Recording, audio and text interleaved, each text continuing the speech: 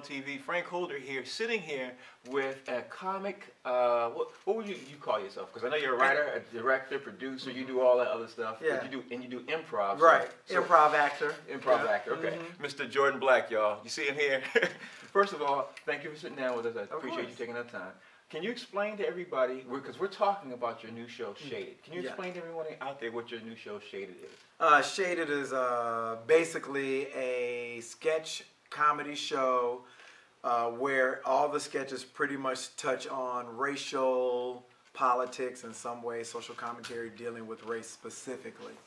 It's funny you say that because I know a show that was kind of out like that before. It came out years ago. It was also on a new network kind of years ago. And at that time, that network was Fox, and now that show was in living color. Right. So what are the dynamics and the differences or the similarities between Shaded and living color? Well, I definitely think the similarities are that you're dealing with subject matter that mainstream television isn't really dealing with as often as we might like. But the difference with this show is we're not just doing it from a black point of view. We're doing it we're covering black, Hispanic, Asian, Israeli, Palestinian, whatever. We're all stop, we're just offending everybody.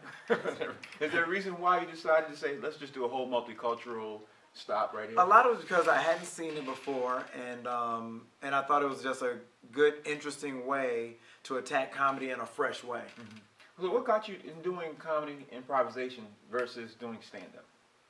I always consider myself an actor first and foremost, and stand-up comedy, which I have a lot of respect for and love stand-up comedy. I felt like that's a total different art form than acting, and because I always thought of myself primarily as an actor, I focused on, ensemble, working with other people, on stage, doing theater. Right. Well, I've interviewed a lot of people. A lot of people say that what you do is harder than doing stand-up. I disagree. See, that's because you do it all the time. I do. I think stand-up is the hardest art form there is. I think it's the most difficult one there is, and the most, it has to be the most nerve-wracking, because with improv, you have other performers you're working with, so if you fall off a little bit, there's somebody there to help you. And stand-up is just you. If the audience doesn't like it, they didn't like you. If I do an improv show and the audience doesn't like it, I can say, well, those jokers didn't bring it tonight, so that's on them. Or, or the audience didn't give us good suggestions, so that's why. But if you do stand-up and you worked on your material and you're doing it, it's you. Right. That's it. Well, how do you know something that you wrote actually works? You just have to feel it. It's a gut feeling, and sometimes you're right and sometimes you're wrong. But I think a lot of it is experience. The more you work, the better you get. The more you start to figure out the things that audiences are really responding to.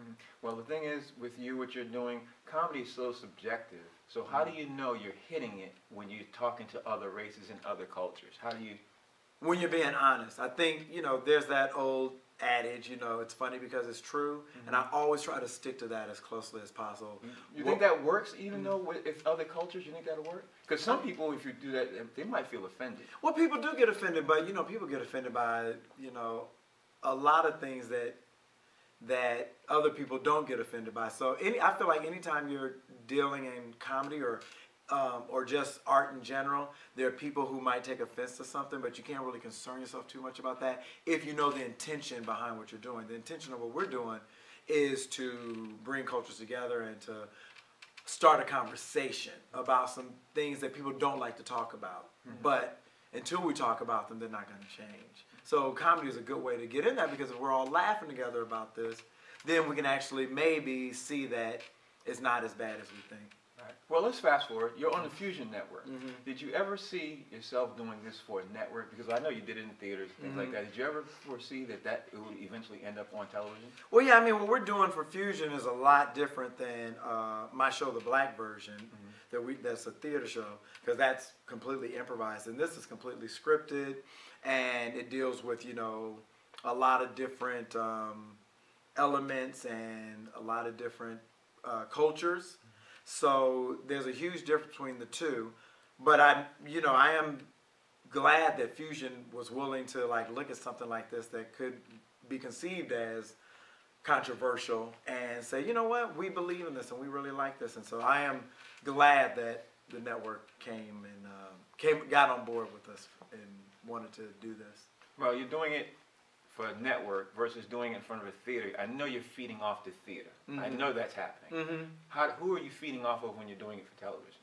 I mean, when you're doing it on anything on camera, really you're feeding off the crew. You know, when you're writing it, you're feeding off the other writers in the writer's room, like what really made people laugh. There are some things that I thought like, oh, that's, like I love to just go all in. And there's some things that I pull myself back because I say that's just me. But like, for example, with this show, there were things where I go like, is that too much? And all the writers like, no, you have to do that. We have to say that. And it's like, oh, great. I'm like, well, I'm glad to know that I was wrong about how far to push the envelope. Right. Well, we know you're on Fusion. We know you have this show. Can you talk about any other projects you might have? Well, yeah, like I said, I have my live show, The Black Version. We perform once a month at Largo here in Los Angeles. And we have a really great cast of improvisers for that show, and we've been doing it for 5 years. And actually, that cast and myself all have a new show on TV One called The Weekly Show. The first episode airs next week, August 25th. So check that out. So those are things I have going on right now. Well, can you tell everybody out there how they can follow you, so they can keep up with all the updates and everything else? You can follow me at Fake Jordan Black on Twitter, at Fake Jordan Black on Instagram. We have to talk about the reason why you call yourself Fake Jordan Black. Right. Talk about that another time. Yeah. Anyway, Frank Holder here, Humor Mill TV, Jordan Black. Thank you all for taking out the time.